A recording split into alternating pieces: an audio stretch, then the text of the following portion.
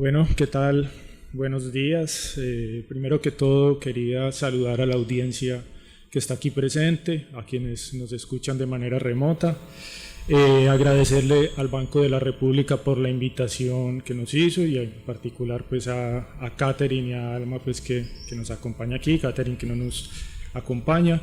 y también a Nelson Fernando González, que es el director del programa de historia de Uninorte, que también pues ha hecho algo de difusión de una investigación que estoy llevando a cabo para hacer el doctorado, como dijo Alma, para culminar pues el doctorado, y digamos pues que se centra en esta cuestión del establecimiento de la Iglesia en el nuevo reino de Granada como tal, que es, digamos, como les digo, mi tema básico de investigación. Cuando me propusieron esta conferencia fue bien interesante porque era descentrar un poco lo que ya venía haciendo, porque al final pensar en el río no era uno de los centros con los que yo había iniciado la investigación, pero desde que empezamos a conversar sobre la posibilidad de hacerla, pues empecé a mirar con unos ojos, digamos, un poco, o con una mirada un poco más fina, pese a estas gafas, pues la cuestión del río y la cercanía de estas instituciones dentro de este espacio líquido, dentro de su cercanía, y fue, digamos, también acotando un poco esta conferencia en términos pues de unos lugares muy precisos, de unos hechos muy precisos que se van dando sobre todo entre la década del 30 y del 40 del siglo XVI. Sin embargo, pues mirándolo a lo largo del siglo XVI, mucho más allá de estas dos décadas que les digo, pues tal vez uno incluso puede ir adelantando algunas conclusiones, y es el hecho de la dificultad que se le plantea a la Iglesia de instalarse en estos sitios, digamos, intermedios, que están básicamente en una autopista, diríamos, para hacer una analogía con el hoy, que comunica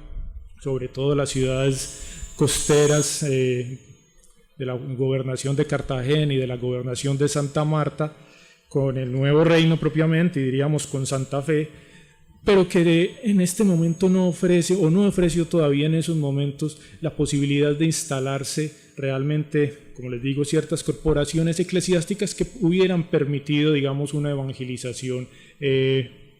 mayor, y que pues digamos no es el hecho pues de que fuera mejor o peor que se evangelizaran, sino que nos demuestran incluso pues como las dificultades que se plantea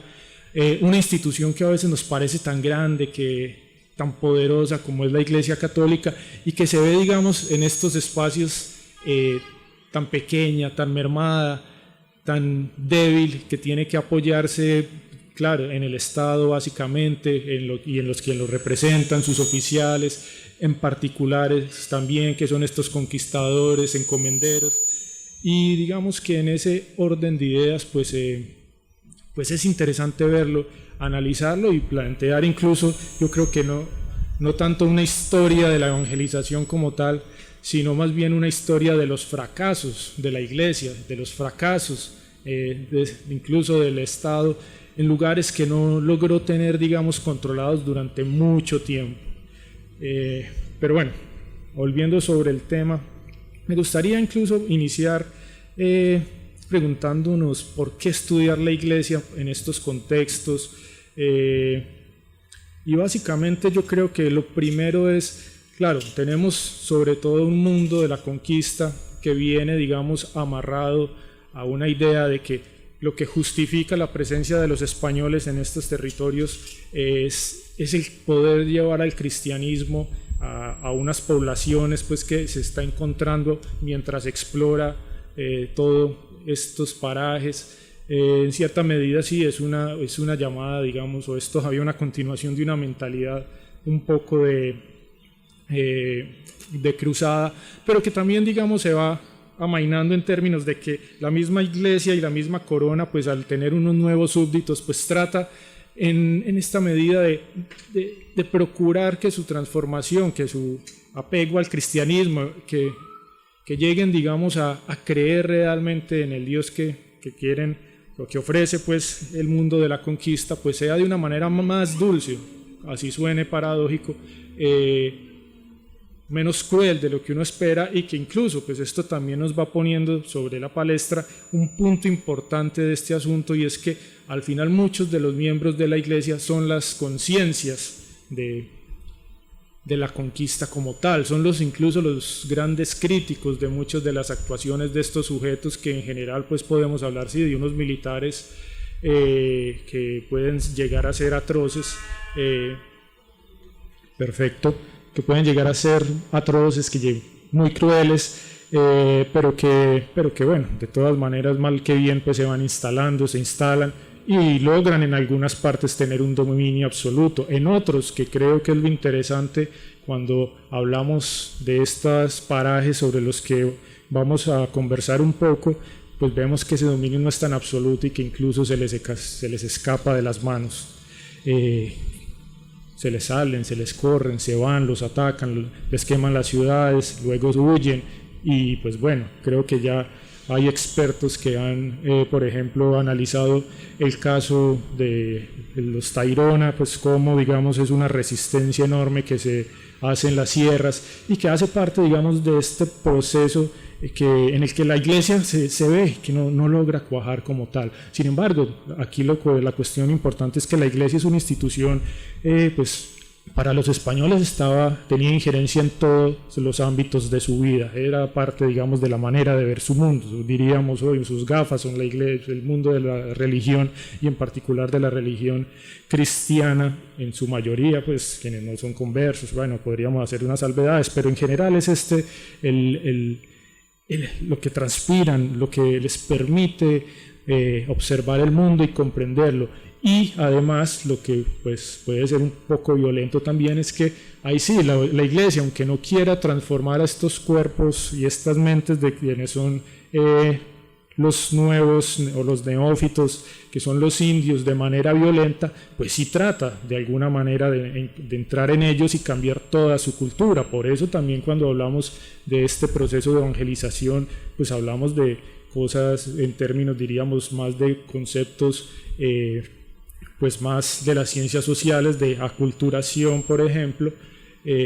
pues porque está tratando de cambiar toda una cultura como tal. Y claro, esto va a dar, digamos, pie a una serie de respuestas muy distintas. Aculturación y occidentalización, y pues que ahí lo que quiero es poner presente que no es solo cambiar por una fe, es que el hecho de plantear ceñirse a la religión católica en estos tiempos implicaría desde formas de trabajo, formas de entender el tiempo, gestos, por ejemplo, el orar, todas estas cuestiones que nos pueden parecer muy automáticas ahora, pues estamos ante un esfuerzo pues muy grande de que se introyecte, que se occidentalice el hecho de vivir a son de campana, que sea el tiempo religioso el que marque, por ejemplo, las tareas cotidianas, y más allá de eso también introyectar una serie de valores pues que para nosotros, incluso hoy en día, por más laicos que pretendamos ser, pues lo sentimos. Por ejemplo, el hecho de tener la culpa, la confesión, todas estas cuestiones pues que hacen parte de nuestra vida. Pues imagínense en un momento en que se está tratando de introyectar a sociedades a las que ni siquiera se les entiende muy bien el idioma que hablan, la lengua, pues diríamos, en palabras de ellos mismos, y que, digamos, va a ser uno de los grandes problemas con los que nos vamos a topar en general. Pero por eso quería pues como mostrar la dimensión en la que se inscribe, digamos, esta preocupación por la Iglesia, no por el hecho de decir que son malos, son buenos, sino en una cuestión más profunda, sino por los esfuerzos de cambiar las mentes de muchas personas que habitaban el territorio en estas décadas de encuentro. Para iniciar, pues quería, digamos, presentar algunas cuestiones sobre las primeras, digamos, esfuerzos por incluir lo que vendría a ser las jurisdicciones luego de lo que sean las gobernaciones de Cartagena y Santa Marta, antes de que existieran como tal, y pensar pues que el proyecto de evangelizar estas tierras, y que incluso estarían pues, digamos, lo que es la parte de la desembocadura del Magdalena, se pensó desde muy temprano para ser para ser evangelizado como tal. Sin embargo, también quería aprovechar primero para hacer algunas precisiones sobre las jurisdicciones de algunas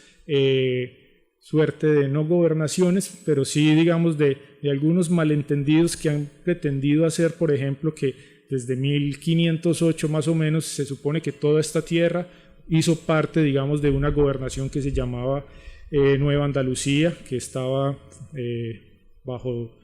digamos, el gobierno, por así decirlo, de Alonso de Ojeda, y realmente pues lo primero que me gustaría decir es que, bueno, esto sí no tenemos desde tan temprano la idea de una jurisdicción sobre estas tierras, porque a él se le da es un territorio muy cercano a Urabá, frente a otro que es Veragua, que es el de Diego de Nicuesa, y que en general la idea en ese momento es simplemente poblar con unas fortalezas más o menos lo que es los alrededores del Golfo de Urabá, con miras sobre todo a rescatar oro, con una mínima posibilidad, porque en la capitulación dicen si se quieren quedar a poblar pues pueden hacerlo, pero no nos importa, simplemente armen unas fortalezas, cada uno hace 2 fortalezas, el uno, como les digo, alrededor bueno, ya les dije, alrededor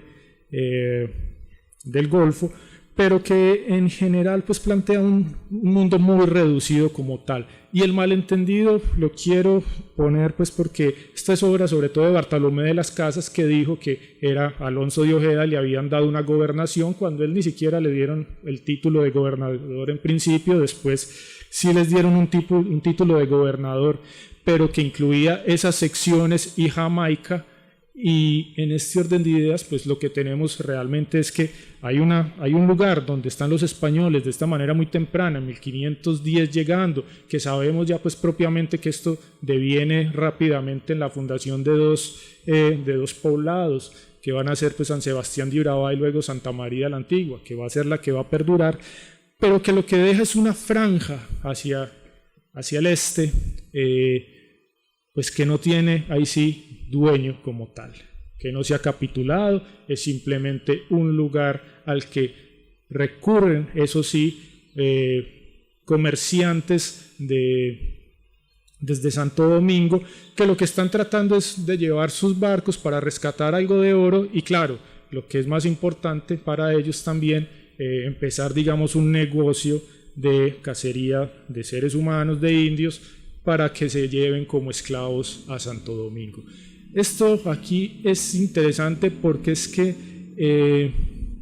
en general lo que va planteando desde muy temprano es esta opción, digamos, de pensar de que todos los indios que están en esta franja en general se les empieza a denominar caribes, se les empieza a denominar como caníbales y son susceptibles de ser esclavizados. E incluso pues sabemos que aunque en 1512 se trata de hacer o se hace la primera cédula para evitar la esclavización de los indios como tal, hay pequeños, digamos, paréntesis que se van haciendo y en el que la misma corona va diciendo ciertos lugares en los que se puede comercializar o se puede ir a cazar indios porque se sabe que son flecheros, que comen carne humana y que pues nunca se han querido someter como tal. Uno de esos donde queda claramente es por los lados de Cartagena y se dice sobre todo pues la isla de Codes, Isla Fuerte, Barú, quedan finamente, o sea, se lee en la documentación, está ahí, son lugares donde se puede ir como tal. Y ya cuando hablamos incluso sobre los conquistadores que vinieron a estos lugares, pues, Bastidas, que es imposible no hablar de él, pues tenemos que es un personaje que reconoce que parte de su fortuna la hizo viniendo a hacer rescates y viniendo a cazar indios como mano de obra. Esto lo dice pues ya propiamente cuando es incluso ya gobernador de Santa Marta, pero está ahí y es digamos lo que a veces dificulta que esta parte del territorio hubiera sido digamos conquistada de una manera digamos tan pues, o menos difícil, menos abrupta, porque aquí digamos adelantándome un poco pues vamos a ver las dificultades que plantea sobre todo este territorio. Zanjado este pequeño paréntesis, me gustaría pasar ahora sí a hablar un poco de lo que es Castilla del Oro que es interesante porque ahí por primera vez sí vemos cómo se incluye todo el litoral norte colombiano dentro de una jurisdicción claramente definida por la corona, en una gobernación que queda en manos de un personaje llamado Pedro Arias Dávila, que pues digamos termina dirigiendo ahí sí la primera gran armada con miras a poblar tierra firme como tal. Claro que se va a establecer en Santa María la Antigua del Darién, que va a ser su capital, la ciudad por antonomasia, pero que incluye un plan gigantesco realmente para poblar estas tierras como tal. Y dejémoslo en plan porque pues vamos a ver un poco que la realidad es bien distinta, pero es una armada gigantesca. O sea, tenemos un pueblo pequeño como Santa María la Antigua del Darién, y bueno, todos más o menos reconocemos a quien estaba en ese lugar, que se la había ganado como una especie de líder natural, como se presenta, que es Vasco Núñez de Balboa, que negocia con los indios, que más o menos tiene un lugar que a veces pasa por incluso por los cronistas como algo más o menos idílico. Claro, un personaje que también sabe asustar a los indios, que tiene un perro famoso en las crónicas por precisamente supuestamente distinguir con su olfato a los indios de paz y los indios de guerra, pero más allá de eso,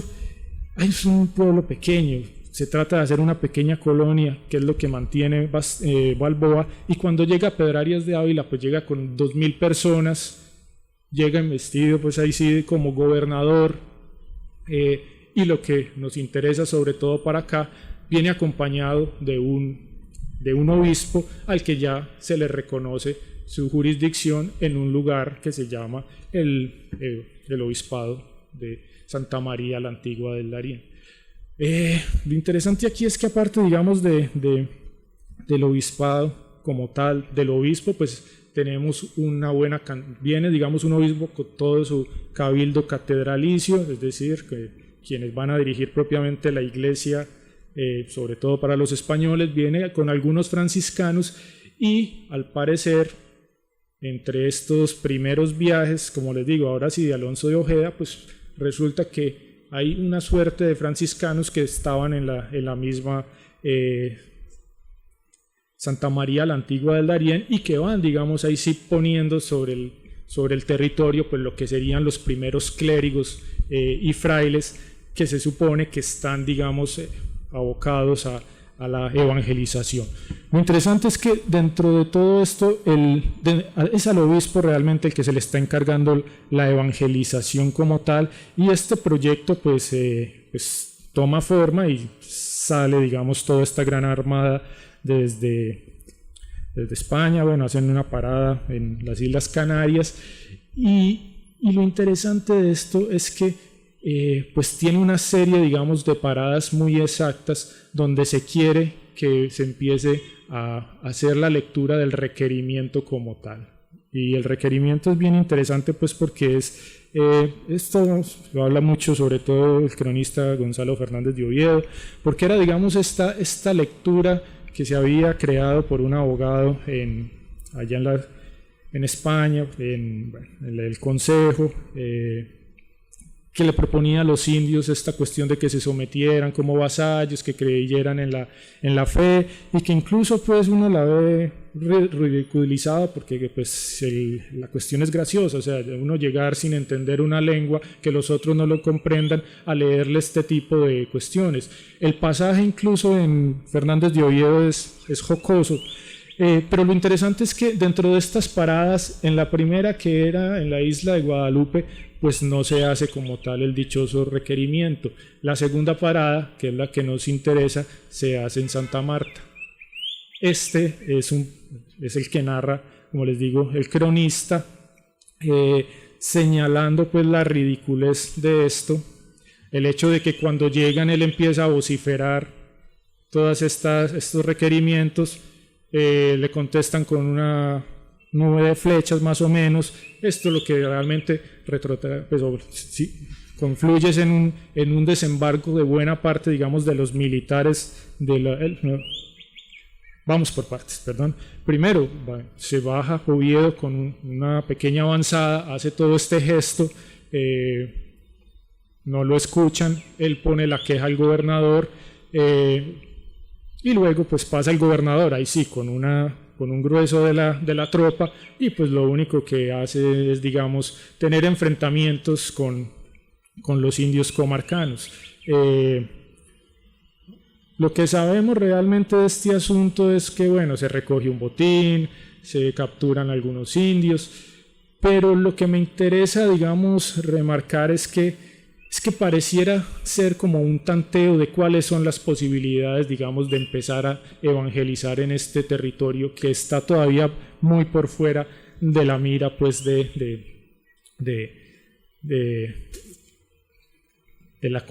la población como tal, que, como les digo, pues estaba más pensado siempre como un territorio no de colonización, sino de captura, que era lo que ocurría, pues, como les digo, con estos viajes que se hacían desde Santo Domingo para conseguir oro y indios que trabajaran en las Antillas. Lo interesante de este asunto también, para irlo cerrando un poco, es que, pues, primero,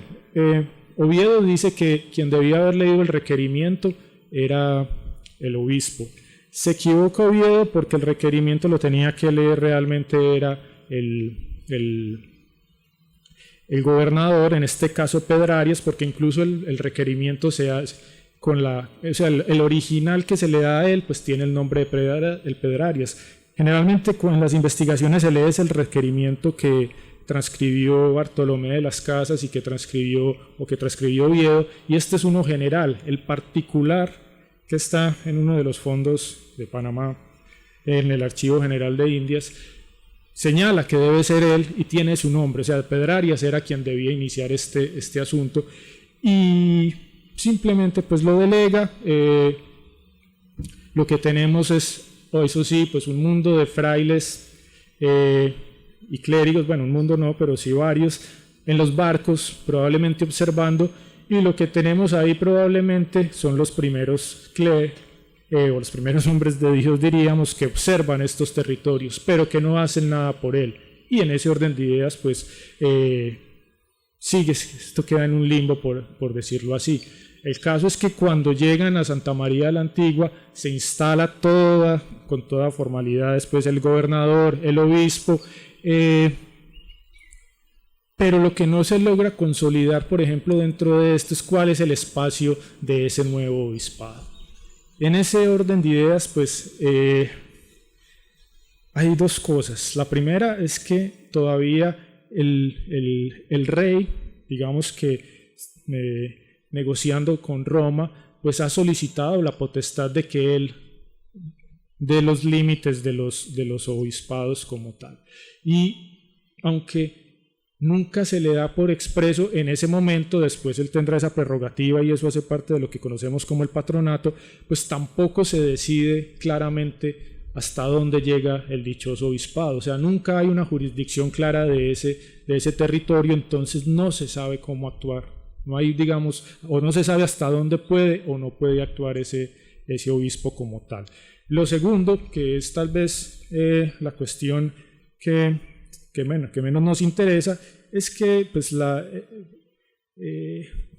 el mundo de Santa María y lo que es Castilla de Oro, pese a esta enorme jurisdicción, eso sí, del gobernador, pues no mira con interés estos territorios, digamos, hacia el oriente de Santa María, sino pues que sabemos que se centra en Panamá, en buscar la Mar del Sur, y que luego pues seguirá, digamos, explorando el istmo hasta hallar Nicaragua propiamente. Solo hay dos como llamados de atención para colonizar estos territorios, y en particular Santa Marta, que sigue siendo pues es el que más o menos cobra interés, que es entre 1516 y 17, Colmenares, que es un conquistador que ya había pasado por acá, que había sido parte de esto que les digo, en 1508 de Alonso de Ojeda, de estas primeras pues suerte de fortalezas que se intentan hacer que nunca se hacen, había pasado por acá, conocía el territorio, le flecharon algunos o parte de su gente en Santa Marta, pero todavía decía en esta fecha de 1516-1517 que ese era un lugar de promisión, que ahí se debería hacer una población. Eco de esto también se lo hizo Pedro Mártir de Anglería, que pintaba sin conocerlo pues un lugar casi que idílico. Es bien interesante cómo se ha cambiado, digamos, la idea de estas tierras de caníbales, de flecheros, pues se van en la misma retórica de los conquistadores transformando. Y finalmente quien cerrará esta idea de que se conquiste estará, por ejemplo, en Martín Fernández de Enciso, en su geografía, señalando que sí, que esta es una tierra de promisión donde hay oro y pues donde habla de eso sí, de las flechas. Tal vez es más sensato, por llamarlo de alguna manera, pero ponen de nuevo sobre la palestra el hecho de que aquí hay una tierra con la que no se está haciendo nada y que pues mientras todo el mundo mira hacia allá, aquí no hay realmente interés por colonizar. Tras esto, como les digo, pues empieza ahí sí, digamos, a pensarse un poco sobre este asunto. Ahí digamos que esa vuelta entre 1519 a 1500, digamos esa vuelta de la segunda a la tercera década del siglo XVI, pues es un momento interesante porque se empiezan a fraguar una serie, digamos, de proyectos precisamente antes incluso de ponerlos como bajo la jurisdicción de un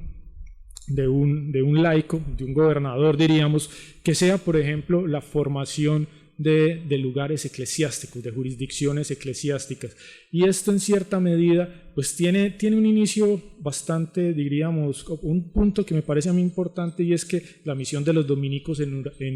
Cumaná en 1516, que aunque fracasa, se le dan unos recursos, se establecen, obviamente no logran pues la respuesta de los indios, pues se da en un momento en el que el mundo de la iglesia está creciendo un poco, y es el hecho, por ejemplo, de que en ese mismo año se pone Jamaica como una abadía, que es un lugar pues que no estaba, eso sí, pues no tenía población india como tal, y qué pena que diga indio, a veces es por la palabra, no es en un momento la idea de decirlo de una manera peyorativa, es la palabra que se encuentra, y pues sabemos que es la denominación de los conquistadores, y es un momento también clave porque se está abriendo la puerta al gobierno religioso, que es el de los jerónimos dentro de Santo Domingo. Entonces me parece que es un punto importante porque se le está dando ahora sí injerencia a la iglesia, digamos, en la administración de estas tierras como tal, y que se aparte, digamos, a los españoles, a los militares, que pues ya literalmente han arrasado ahí sí con buena parte de los recursos humanos y metalúrgicos de las Antillas, y están buscando también pues nuevas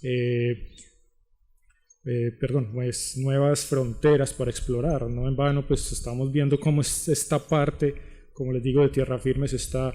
abriendo, y pues también tendríamos que se está empezando a mirar hacia la Florida. Cuba está empezando a mirar también un poco hacia México, aunque todavía pues Yucatán, por ahí hay ideas, pero se está abriendo, o sea, las Antillas se están agotando y lo que se quiere es explorar esta frontera. Claro, tenemos una Venezuela que se vuelve interesante porque pues se producen perlas, pero entonces tras estos 1516 empezamos a hallar una serie, digamos, de proyectos que pues no llegan muy bien a ejecutarse, pero que continúan, por ejemplo, con la misión franciscana de 1519 de nuevo a Cumaná, y es el esfuerzo, como les digo, por establecer ahora esta orden allí, pensando en las perlas sobre todo, pero que con poca injerencia de españoles. Luego vendrá la misión de Bartolomé de las Casas en 1519, que estará en Paria, y esto es muy interesante porque se lleva a cabo, y lo que no se dice mucho es que a Bartolomé de las Casas se les da prácticamente como la potestad de ser un gobernador. Él se lleva unos españoles, se lleva pues también unos militares, o lo hacen ir sobre todo con un militar con quien tiene una relación bastante tensa, pero a él se le da jurisdicción sobre Santa Marta. O sea, esto es un lugar desde Paria hasta Santa Marta, que claro, digamos en estas miradas también hay que decirlo como quiméricas de los conquistadores, pues son territorios gigantescos y ellos con un puñado de personas, con un puñado de frailes, en este proyecto acompañado pues con labradores, que era lo que él quería, pues llega y simplemente tiene un puntico donde ejerce influjo y en el que pues también rápidamente lo que vemos es el debacle, sobre todo por la acción de estos militares, un poco de los también de los campesinos, diría, labradores, y sus ganas digamos, de enriquecerse con el trabajo y con el oro, con las perlas de los indios de estas partes de Venezuela. Y bueno, al final esto no prospera tampoco, pero en ese orden de ideas pues está, mejor dicho, vemos que hay una idea de empezar, digamos, a ejercer control, digamos, eclesiástico y de iniciar la evangelización en estos territorios. Y claro, pues tenemos una provincia, pues se piensa pues en un mundo de Santa Marta que claramente se está reconociendo desde el río Magdalena hasta el Cabo de la Vela, sobre todo. Es la idea que tiene un conquistador de Santa Marta como tal. Y claro, y distingue otro lugar que es Cartagena, que es pues más o menos los puertos y esas cercanías. También ya se reconoce incluso Cartagena del Cenú, porque incluso Martín Fernández de Enciso estuvo en esos sitios y le va dando, digamos, o lo va como configurando también como región, diríamos, en palabras muy modernas, pero en ese orden de ideas pues lo tenemos ahí. Lo interesante es que mientras está dando esto aquí en estos territorios con este proyecto de Bartolomé de las Casas, pues nos hallamos con cosas que sí van a perdurar. Entonces lo que quiero es que miremos este proyecto de una manera comparativa. Mientras está ocurriendo este pequeño infierno lascasiano en Paria, se está creando, por ejemplo, la diócesis carolense en Yucatán, con todas las prerrogativas. Ahí sí el rey puede escoger los territorios y el rey le dice a Diego de Velázquez, que está adentrándose ahí sí en el mundo mexicano, vaya y escoja los límites, señálelos usted. Se crea una diócesis de la Florida en un lugar ignoto, casi mágico, por así decirlo, del que se está hablando, pero se crea, o sea, estos son los proyectos de la iglesia. Pero entonces, entre muchos proyectos que se dan, pues vemos que algunos sí funcionan, y en particular el carolense, y yo creo que esto es lo que da el impulso para que, por ejemplo, se piense que entonces el obispado puede ser la institución clave, ya no la misión, sino el obispado, que puede darle sentido a este territorio. Y no en vano nos encontramos, por ejemplo, con que en 1521 se intenta crear el obispado de Paria, 1523 el obispado de Higuera, que pues va a ser más por el lado de Nicaragua, y lo que sí vemos es que hacia ese lado se ha volcado la conquista de los españoles asentados en Panamá. Obispado de Trinidad, de nuevo Venezuela, Trinidad, que de hecho era un lugar que se tenía por ser indios caribes, que ese fue de los que más difícilmente cambió su denominación, y si cerramos en 1523, pero si cerramos este ciclo de proyectos, pues nos topamos que en 1523 también se abre la puerta para la misión de franciscanos a Nueva España. Al final, dentro de toda esta serie de proyectos, pues tenemos dos, diríamos, exitosos, que son los mexicanos, que los que también nos pone a pensar es que es, digamos, la facilidad que plantea, por así decirlo, el implantar estas nuevas, digamos, instituciones en sociedades estatales como son las de las poblaciones indígenas de Guatemala y México, sobre todo Yucatán, pues, y ya ese paso hacia el mundo, diríamos, de los mexicas, que es, digamos, un mundo muy distinto, digamos, a esta serie de poblaciones indígenas de estos territorios venezolanos, colombianos, por llamarlos pues en palabras de las jurisdicciones de hoy, que son, digamos, tal vez pequeñas confederaciones de cacicazgos, diríamos sociedades de tribus pequeñas, no muy jerarquizadas, atomizadas, muchas veces con pues, puntos patrones de poblamiento disperso, que pues hacen de esto un mundo muy difícil, digamos, de atenazar como tal. En ese orden de ideas, pues tenemos, pues como les digo, un problema, ahí sí jurisdiccional, porque entonces con esta serie, digamos, se ha cercenado una parte del obispado de Castilla del Oro, o bueno, diríamos todavía en los años 20 hasta 1524, del obispado de Santa María la Antigua del Darién. Se le trata de cercenar con el obispado de Trinidad. No se ha delimitado todavía para ese entonces cuál es la jurisdicción de Santa María, pero vemos que si lo más común en estos momentos es que una gobernación sea un obispado, pues se supone entonces que se ha cercenado este mismo, porque pues ya hemos visto, les acabo de decir de Higuera, y se supone que con la misión de Bartolomé de las Casas había quedado partido como tal. Ahí tenemos, claro, un pequeño paréntesis, porque pues ya tendríamos que esperar un par de años, pues realmente un año más, en el que se está, digamos, pensando ahora sí en capitular sobre estos territorios, y ya sí podemos hablar básicamente de Rodrigo de Bastidas. Lo interesante es que Bastidas primero no se interesó por Santa Marta, sino por Trinidad, y oh sorpresa, mientras él se interesaba por Trinidad, pues se pensaba en un obispado de Trinidad.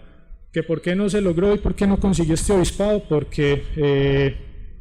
Diego de Colón, el hijo del almirante, pues señalaba que eso era parte de los descubrimientos de su padre y que le pertenecían, y parece que en un gesto, digamos, de lealtad, si se encuentra uno de esos entre los conquistadores, pues Bastidas pues prefirió echarse para atrás y dejar de pullar por Trinidad, que se quede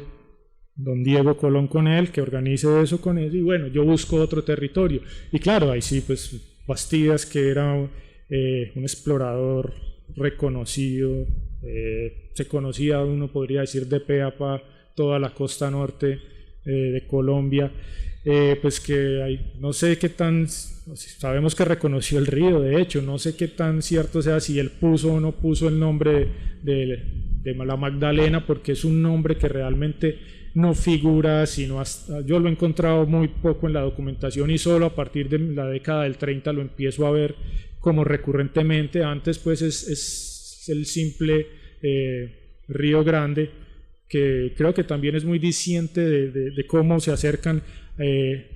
los conquistadores al territorio, como cuando ponen ya un nombre, diríamos cristiano, es porque lo sienten más suyo, mientras tanto usan generalmente la sinécdoque para nombrar, o los nombres indios, pero pues Río Grande no dice mayor cosa porque hay muchos ríos grandes, pero ya aparece entonces, diría uno en los 30, el río se les hace más suyo. Pero bueno, volviendo sobre el asunto, pues tenemos aquí a Santa Marta, la capitulación de Heredia, y digamos, claro, ya la cuestión básica de que él se vuelve gobernador. La capitulación de Heredia es interesante por dos asuntos. La primera, pues porque sí, ya parte todo este territorio, y digamos que le va dando forma a una nueva jurisdicción, pues que es la que mal que bien nos toca a nosotros. La segunda es porque plantea una cuestión muy extraña con los religiosos, porque dice que debe acompañarse de 3 religiosos de misa. Estamos hablando de una capitulación de 1524, todavía en ese entonces no se especificaba que fueran muchos los religiosos dentro, mejor dicho, no dentro de quienes capitulaban con la corona para hacer rescates o poblar, no era muy concreto que se les dijera que llevaran religiosos como tales. Luego se les pedía que llevaran capellanes, pero de la hueste, no para evangelizar, y eso no lo encontramos muy seguido. En esta todavía no nos encontramos a los capellanes, pero como es una capitulación de población, sí se le dice, y es por primera vez que se señala, que lleve clérigos para que atiendan, pues digamos, el pasto espiritual de los españoles en la nueva población.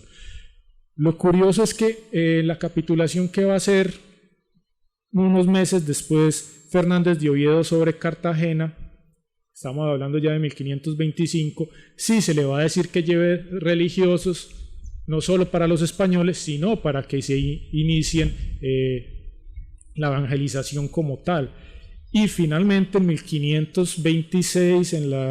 una cédula que de 7 de julio, creo que 7 de julio, se señala expresamente que toda capitulación de 1526, que toda capitulación, toda empresa de conquista sí debe llevar frailes y clérigos que se preocupen de la evangelización. Es interesante esto porque, pues, o por lo menos para mí, por el hecho de que cuando llega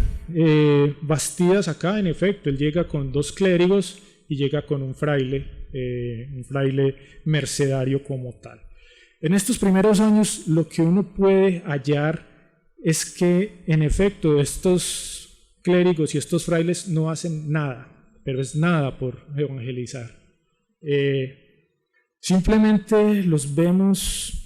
sí, dando misa, quejándose porque no les han pagado por las misas que dan, pues por lo que se les había prometido, que era un sueldo que les debía pagar Bastidas. ¿Cómo será el enredo que el rey había mandado que a ellos no se los pagara Bastidas, que los pagara de los diezmos que se iban a recoger? Dentro, como les digo, de estas cuestiones quiméricas, pues no hay manera de recoger diezmos porque no se está produciendo básicamente nada en Santa Marta, y lo que se saca es, digamos, de los excedentes de la población india con la que se tienen algunas buenas relaciones, porque pues parece que Bastidas sí era un personaje bastante hábil, digamos, en establecer estas relaciones, y pues no atormenta, digamos, de una manera tan horrible las poblaciones indias. Y bueno, las poblaciones indias responden dándoles con qué mantenerse, diríamos, a la hueste como tal. Pero entonces ahí es interesante porque también dirá el mismo Bastidas que él es quien invita, que él es quien sale a las entradas e incita a la conversión a los caciques. Es decir, uno no puede decir que Bastidas sea el gran evangelizador, pero parece ser que es quien inicia esto. Y en esto, digamos que es recurrente en documentación un poco más tardía sobre el Nuevo Reino y también sobre Santa Marta, de encomenderos que dicen que como no hay frailes, pues ellos tratan de incitar la evangelización. Claro, esto pues, también hay que entenderlo como una cuestión medio retórica, de pintarse pues como grandes hombres frente a la corona, pero al final yo creo que sí es, digamos, en cierta medida, esfuerzos muy tímidos diríamos, por occidentalizar, probablemente porque quienes terminan aprendiendo la lengua son las poblaciones indias, alguno que otro indio. De hecho hay lenguas desde muy temprano en Santa Marta, y diríamos ese puede ser el pequeño primer esfuerzo de evangelización como tal, que viene de un laico, diríamos, y que incluso el gran problema que tenemos es que a veces estos primeros hombres de la Iglesia, cuando se hacen crónicas posteriores muy cercanas, digamos, a la posición, puede ser de los frailes, o sea, cada fraile o cada orden tiene una serie, digamos, de cronistas que han hecho la historia de sus órdenes, pues los elevan a unos niveles que los ponen como evangelizadores, cuando muchos de estos personajes no lo ejercían, puede porque no les naciera, pero ni siquiera porque lo tenían puesto en un papel que les dijera que esa era su función. Esto parece ser incluso el problema, remitiéndonos a México, con Olmedo, que es, digamos, el capellán de Cortés, que se ha elevado y se ha inflado como un gran evangelizador. Incluso un gran profesor experto sobre historia de la Iglesia en México, Antonio Rubial, ha dicho: esta es de las figuras más infladas, o sea, más mentirosas que existe, porque esto es obra de un cronista que simplemente para exaltar a la orden como tal, pues se inventó el mito del gran evangelizador cuando era un mero capellán. Y un mero capellán pues solo tiene que, y además un capellán mercedario, este es un dato importante, pero es un mero capellán que simplemente acompañaba a la tropa. Con Bastidas, bueno, llegan dos clérigos, Juan Rodríguez y Diego Peña, llega un mercedario, Juan de Chávez, y lo interesante que, para cerrar un poco este tema, es que los mercedarios son los favoritos de los conquistadores porque es una orden muy cercana a lo militar, que parece que tiene orígenes militares, que primero fueron una suerte de caballeros frailes, que luego devino pues en simplemente frailes, pero que estaban en contextos de guerra y que generalmente ellos se entregaban para redimir presos, por ejemplo, entre moros, de esta suerte, digamos, de guerras que todavía pues azotaban a Europa como tal frente a una expansión árabe, bueno, o sobre todo en la reconquista española, pero en general un mundo europeo todavía que estaba cercado por el Islam. Entonces es muy diciente, claro, son militares más o menos con militares y pues ellos realmente no tienen en ese momento esa función. Sin embargo, tenemos estos personajes luego, cuando mueren Bastidas, etc., llega Vadillo, trae un nuevo secular, Pedro del Castillo, y este personaje lo tenemos un poco más lo vemos ahí sí actuando con los indios, pero su actuación es básica, les está pidiendo oro. Tiene un proceso porque les está quitando el oro a los indios, va y se los pide, por ejemplo, en Bonda, y acompaña, ese sí, a los conquistadores en algunas entradas. Básicamente es más un militar que un cura y hace parte de los repartimientos de botines y está ahí y simplemente hace eso. 1528 es importante porque ahí por primera vez hay un esfuerzo realmente por empezar a ver, primero por evangelizar, pero en particular por defender a las poblaciones indias de Santa Marta. Ahí es cuando llega Fray Tomás Ortiz, un dominico que tiene el título de protector. Es complicado, digamos, analizarlo porque es un personaje que en este momento se están dando las protectorías de indios, incluso está muy cercano Juan de Zumárraga, que son obispos. Se le ha prometido otra a Diego Osorio, que es aparte del cabildo catedralicio del obispado de Panamá. Ahora ya estamos hablando de obispado de Panamá, pero pues básicamente sigue siendo el mismo de la idea pues de Santa María. Y a este personaje es el único, dice, bueno, y a Diego de Osorio se le está prometiendo ese obispado de Higueras, y aquí no tenemos un personaje, sino que simplemente llega como protector, un dominico que por lo demás pues había peleado con Cortés en México, que parece que había estado en esa misión de 1516, que no tenía según Bartolomé de las Casas, una opinión muy buena sobre las poblaciones indias, pero llega aquí, digamos, ahora sí con un esfuerzo por evangelizar y por proteger. Este personaje, como les digo, es bien interesante porque viene con García de Lerma, el nuevo gobernador interino de Santa Marta, e inicia, digamos, una labor bien interesante porque lo primero que hace es, claro, empieza a mandar quejas sobre los abusos, sobre todo de los que se han cometido y de los que está cometiendo el mismo gobernador. Aquí hay, bueno, este sí es muy conocido porque pues, esta documentación la trabajó don Ernesto Restrepo Tirado en esta historia de Santa Marta, y se conocen mucho los problemas de estos dos personajes. Sin embargo, pues él incluso hace una serie, digamos, de unas ordenanzas para el buen trato de la población india, y hasta más o menos finales de 1530 habla muy mal de los españoles en general, y en particular de García de Lerma y de su violencia, incluso de su sobrino. Dice que ahí sí, en la primera entrada que se hace al río, que la llaman así, que va Pedro de Lerma, que él simplemente dejó encendida toda la tierra. Y lo paradójico es que a la vuelta de 1530-1531 vemos a Fray Tomás Ortiz hablando maravillas de García de Lerma, que de hecho por esas quejas el rey había como pensado si cambiara a García de Lerma como gobernador. El mismo Fray Tomás le escribe que reconsidere que no podría estar en mejores manos esta tierra. Tras esto, lo que vemos ahora sí es por fin a un Fray Tomás Ortiz en acción. Eso nos lo deja ver un pleito que se inicia por el asesinato de un indio que no tiene nombre en la entrada del Río Grande. Se dice que en el pueblo del Río Deseado, porque pues dicho pueblo no había agua, no sabemos realmente dónde está este pueblo, sí, pero suponemos que es cerca al río porque pues es la jornada del río,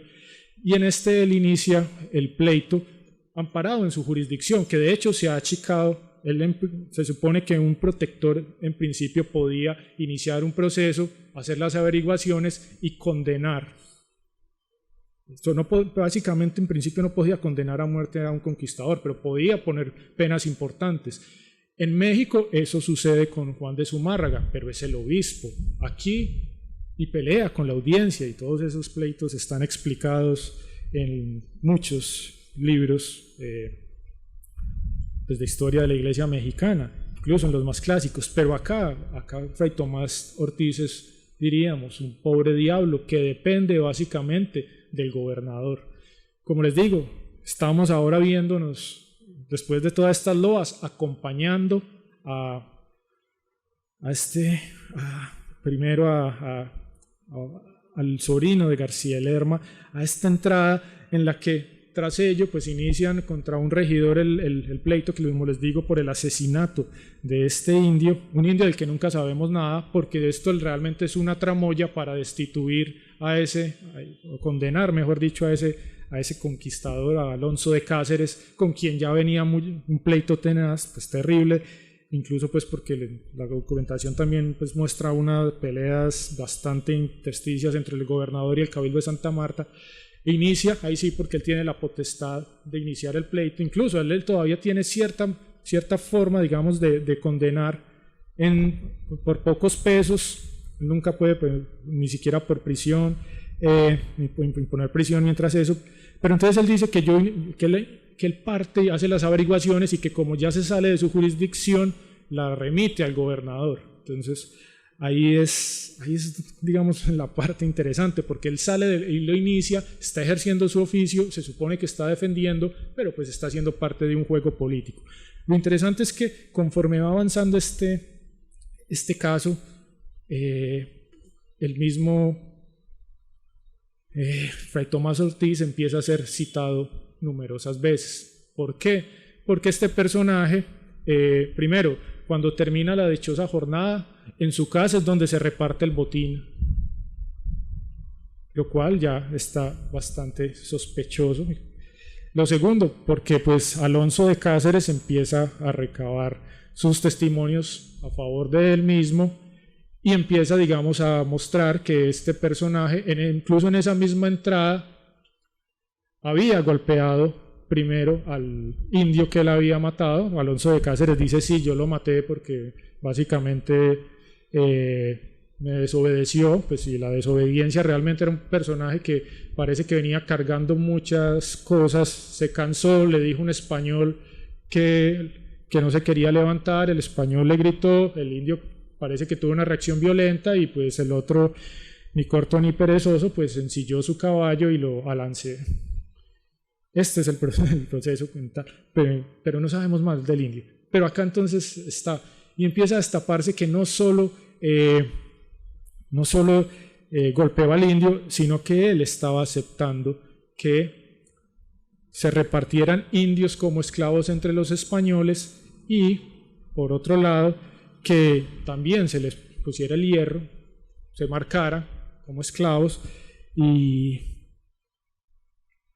y además cuando vuelven de esa entrada está, digamos, también hay un enfrentamiento porque se ha quemado la ciudad, empieza a haber acusaciones y Fray Tomás en el calor de eso señala que fueron los mismos del cabildo quienes incendiaron la ciudad para, digamos, hacer creer que que toda la gobernación era un caos cuando se supone que iba muy bien. Lo interesante al final de esto es que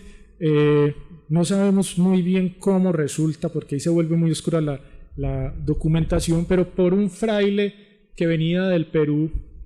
Antonio Burgalés, sabemos que era nefasto, y él termina diciendo que qué triste que quien fuera el protector fuera el peor azote de los indios como tal,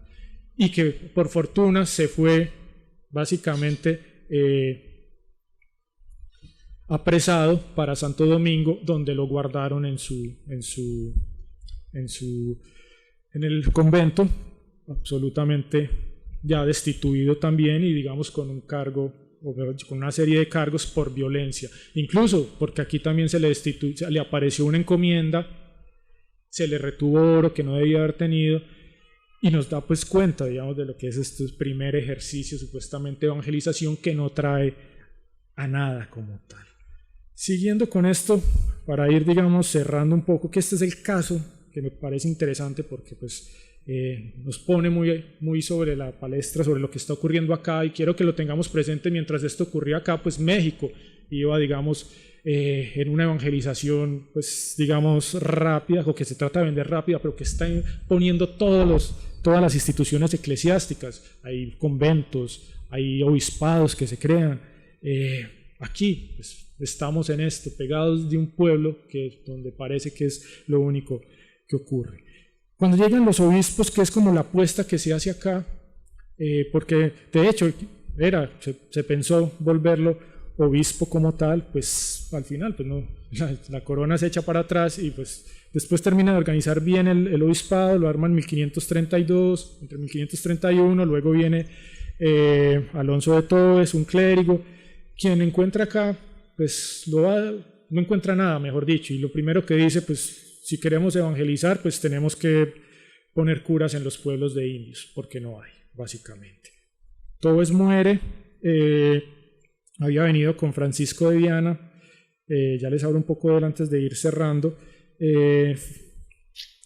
Luego viene Fernández de Angulo, quien dice pues que señala la violencia en el Valle de Upar, y es bien interesante porque dice que el robo en los ríos de los pueblos de los ríos, del río Magdalena, y que vienen los de Cartagena a Santa Marta y los de Santa Marta a Cartagena, y que realmente pues no tenemos ahí, digamos, ningún ejercicio de control de parte de gobernadores, y menos de los religiosos, y mucho menos presencia de religiosos. Si nos vamos un poco hacia Cartagena, pues encontramos básicamente lo mismo, aunque ahí sí en la capitulación de Heredia se había, digamos, planteado la idea de que vinieran más o menos 3 evangelizadores. Claramente Heredia solo se aparece con uno, pero en Cartagena ocurre algo bien singular, y es que desde muy temprano, o sea, al año siguiente, ya se está organizando el obispado como tal, y quien llega es Fray Tomás Toro, quien está pues entre 1536 y 1537, trae algunos dominicos, él es dominico, algunos clérigos, pero en general pues tampoco encuentra, digamos, nada que hacer. Y incluso esta es una constante con la que nos vamos a encontrar, porque realmente la gran avanzada, digamos, de población eclesiástica en el Nuevo Reino, diríamos, sí, en el Nuevo Reino, que es donde se van a instituir los primeros conventos, pues vienen en 1550, y va a empezar, digamos, paradójicamente del centro hacia afuera, o sea, de Santa Fe y Tunja se va a volver hacia arriba como tal. Y claro, esto ya viene, que es con lo que quiero finalizar, con el hecho de que cuando se organiza por fin políticamente todos estos territorios, realmente es donde se puede dar principio a un proyecto de evangelización como tal. Como vemos, aunque hay pequeños arañazos, como por ejemplo cuando se hace en 1541 la repartición de indios por parte de Heredia, pues quien se la echa a pique es el obispo de Cartagena como tal, que dice que no están tasados, que eso no se podía hacer, que por qué se repartieron así. Incluso, ahí sí, volviendo sobre el río, critica ese repartimiento en Mompox. Pero Estos son arañazos porque generalmente hasta básicamente 1560-63 lo que vemos que todos los obispos se quejan de que no hay gente, no hay pueblos, y que incluso los encomenderos no hacen nada para evangelizarlos, y que la evangelización del río es aún más difícil porque los encomenderos que por ejemplo están en Mompox, en Tamalameque, lo que hacen es mandar a todos sus indios como bogas. Entonces realmente los indios suben y bajan por el río Magdalena, y solo cuando están algunos días parados pueden recibir uno que otro, digamos, auxilio espiritual o enseñanza de la doctrina. Y esto se repetirá incluso todavía a finales de los 70, principios de los 80, cuando se dice que, por ejemplo, en Tamalameque se logra hacer una pequeña misión donde hay un solo fraile entre pueblos que básicamente pues se mueve por temporadas. Entonces, como para cerrar, porque creo que ya es el tiempo, pues les agradezco mucho esta charla, esta exposición de ideas, y pues simplemente indicar que por ejemplo pensar esta relación de la Iglesia con el río pues sigue estando abierta a una investigación mucho más amplia, que desde este tránsito del siglo XVI puede ofrecer muchas respuestas bastante interesantes en este ámbito, y que finalmente quien quiera mirar por ejemplo un lugar más o menos cercano puede ver el punto de Mariquita, donde confluye una evangelización que ni siquiera es por los mismos curas porque estén separados, sino que son las poblaciones indias que se centran en la ciudad y que asumen los comportamientos de los españoles, entre ellos el creer en Dios. Muchas gracias.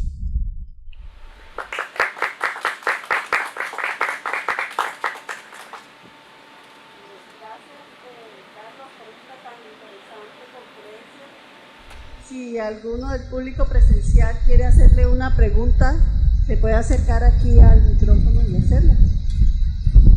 Hola. Mi pregunta es, ¿qué método utilizaron los evangelizadores para poder evangelizar, ya que no compartían un lenguaje como tal, o los pueblos originarios alrededor del río no sintieron la necesidad de la escritura? Mira, no, tu pregunta es muy buena. O sea, lo primero es que trataron de acercarse, o sea,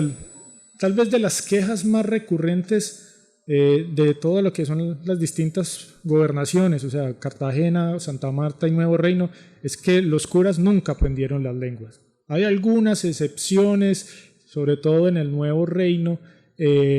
particularmente, pero ya muy, muy alejados, diríamos, en el siglo XVI. Y lo que se usaban eran lenguas como tales. La segunda estrategia que se trató de implantar en Cartagena, pero que no tuvo como muchos resultados, fue educar hijos de caciques, que esta sí era, digamos, una cuestión que se había incluso iniciado en Panamá, que tuvo mucho éxito en México, pero que aquí, digamos, no pelechó como tal, porque al final no fue tan fácil someter a estas poblaciones indias, por un lado. Cartagena fue un poco menos difícil, pero parte de la queja era que desconfiaban los caciques todavía de los españoles cuando empezaron a organizar este proyecto, que fue más o menos en 1559 cuando logran organizar un convento por primera vez en Cartagena.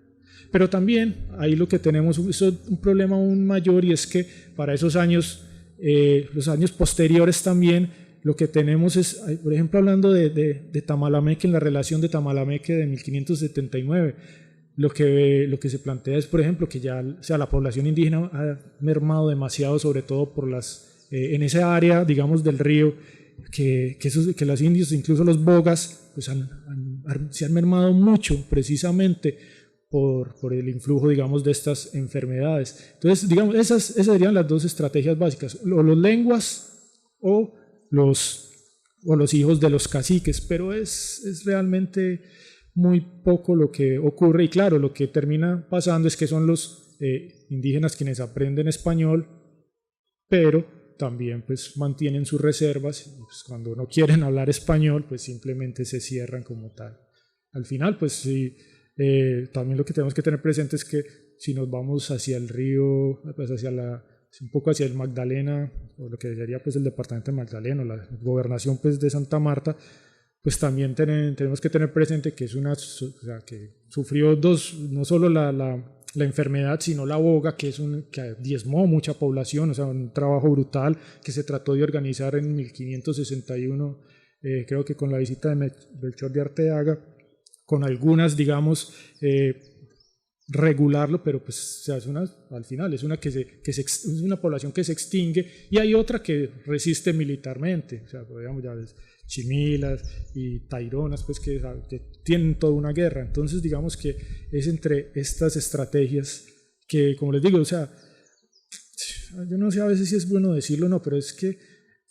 cuando uno mira el caso mexicano, uno ve, por ejemplo, frailes muy entregados, muy ilustrados, entregados a aprender las lenguas. Aquí uno no encuentra eso, salvo por allá en un cura de Bogotá que más o menos aprende el muisca, y lo que encuentra pues, son sobre todo lenguas y quejas de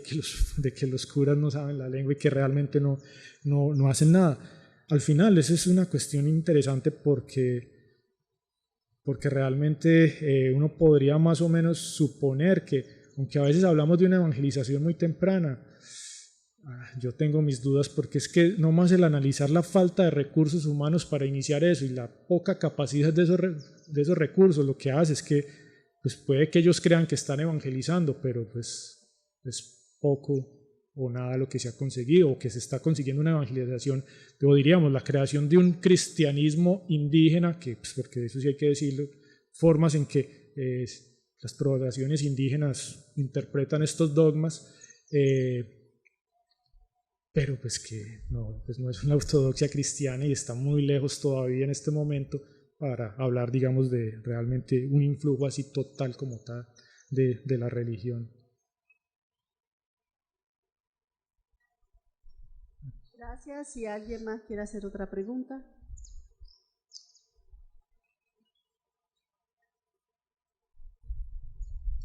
Bueno, muchas gracias.